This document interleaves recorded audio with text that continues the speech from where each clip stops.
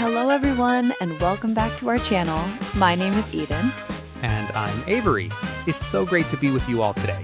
And I am hungry. Already hungry? Wow. This can be a good topic for the podcast. Oh, that's a great idea. Like English at the restaurant? Exactly. We can do a little role play, walk through all the steps. It'll be fun. But before we dive into our delicious topic, Yes, a quick reminder, please subscribe to our channel, like the video, and share it with your friends and family. it really helps us keep producing English teaching content for all of you. We appreciate your support so much. Okay, I'm ready. My stomach is rumbling. Let's set the scene. Imagine we've just walked up to a really nice-looking restaurant. The lights are warm, you can hear people chatting inside. What's the very first thing we do, Avery? All right, so the first thing you'll see, usually right by the door, is what's called a host stand or a hostess stand. Right. And the person there is the host or hostess. Their job is to greet you and get you seated. In a very fancy restaurant, you might even hear the term maitre d', which is French. Maitre d' sounds fancy, but host is the most common word, right? Oh, for sure. So you walk up to them, make eye contact, and smile. Let's try it. I'll be the host. Good evening. Welcome to the Hungry Linguist. Do you have a reservation? Good evening. No, we don't. Do you have a table for two? Perfect. Simple and polite. Let's break that down. First, the word reservation. This is a very important one. It means you called the restaurant ahead of time to save a table. Sometimes people also say booking, like, I made a booking. Is that the same thing? Yeah, exactly the same. Reservation is a bit more common in American English, and booking might be heard more in British English, but everyone will understand both. Got it. And if you don't have one, like in our role play, my question, do you have a table for two, is the way to go.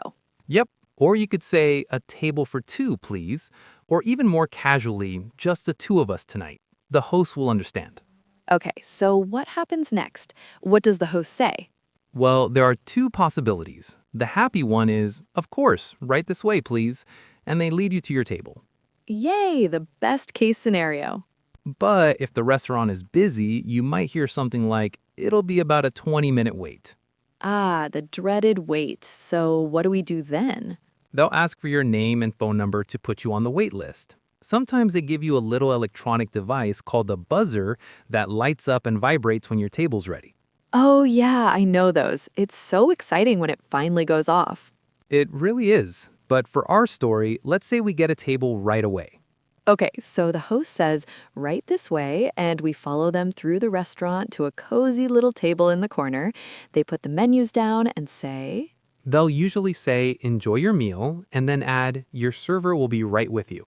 ah, okay, server. That's another key vocabulary word.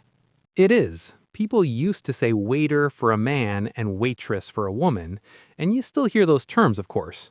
Mm-hmm. But server has become really common because it's neutral. It doesn't specify gender, and it's just a simple professional term for the person who will be taking your order and taking care of you. That makes total sense. I like that. It's inclusive. So a moment later, a friendly person comes to the table. They'll say something like, Hi folks, my name is Alex, and I'll be your server tonight. Can I get you started with something to drink? The classic opening line. It's almost always about drinks first. Always. It gives you a moment to settle in and look at the menu, so you can order something specific, like, I'll have a lemonade, please. Right. Or what if I just want water? Good question. You can say, just the water for me, please. In the US, they'll likely ask, is tap okay? Tap water is the water from the faucet, and it's free. Ah, okay. And what are the other options? You could ask for bottled water, which you have to pay for, and then you can specify still water, which is regular, non-bubbly water, or sparkling water, which has bubbles. Still or sparkling. Got it. Okay, so our server, Alex, has taken our drink order. Now comes the hard part, deciding what to eat. The most important decision of the night. When Alex comes back with the drinks, he'll probably ask, are you ready to order, or do you need a few more minutes? And it's totally okay to say you need more time, right? No pressure. Absolutely. Just say, we need another minute, please. It's super common. But let's say we're ready. How do we structure the order? Ooh, good question. There's an order to the order. Exactly. You usually start with appetizers. That's the small dish you eat before the main meal. You might also hear them called starters. Appetizers or starters. Okay, so I could say for our appetizer, we'd like to share the spinach dip. Perfect. And then you move on to the main course. Now, here's a really tricky vocabulary word entree, spelled Entree. Ugh, this one is so confusing because in French, entree means the entrance or the starter. Exactly. But in American English, for some reason, entree means the main dish, the biggest part of the meal. It's a classic false friend for language learners. So if I see entrees on a US menu, that's the main courses. That's a super helpful tip. So I would say, and for my entree, I will have the grilled chicken. Yep. Or what if you're not sure what you want? You can ask the server for help. Oh yeah, how would you phrase that? Let's say, for example, someone is vegetarian. Then a simple, excuse me, when they're walking past is perfect. What you should not do is shout, hey, across the room, or, and this is the worst, snap your fingers. Oh no, snapping your fingers is considered very, very rude. Please don't do that. Definitely not. So you've politely said, excuse me. Now you just ask for what you need. For example, could I have another napkin, please? Or could we get some more bread for the table? What if you want something like ketchup for your fries? You could say, could I get some ketchup? And this brings up a good vocabulary word, condiments. Yes, condiments are things like ketchup, mustard, mayonnaise, salt, and pepper that you add to your food for extra flavor. Exactly. Now, let's talk about a more difficult situation. What if there's a problem with your food? Ooh, tricky. This can be uncomfortable for people. Let's say you ordered a steak medium rare, but it comes out well done, meaning it's cooked all the way through.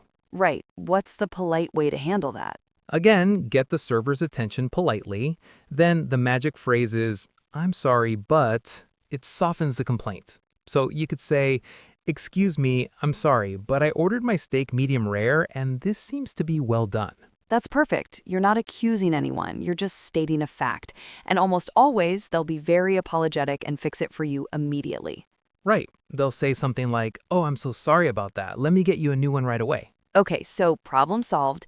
The new steak is perfect. We've finished our amazing meal. The server comes and clears our empty plates. What's the next question they're going to ask? The most tempting question. Did you save room for dessert? Or can I interest you in the dessert menu? And my answer is always yes. Of course. But if you're full, you can say, oh, I couldn't possibly. Thank you, though. Or more directly, no thank you, just to check, please. The check. This is the final step. In American English, it's the check. In British English, it's more common to say the bill. So could we have the check, please, is the phrase to use. Right. So the server brings the check in a little folder. And now we have to talk about a very important cultural topic, tipping. Yes, this is so crucial, especially for visitors to the United States. It is. In the US, it's standard practice to leave a tip for your server, which is extra money that's not included in the prices on the menu.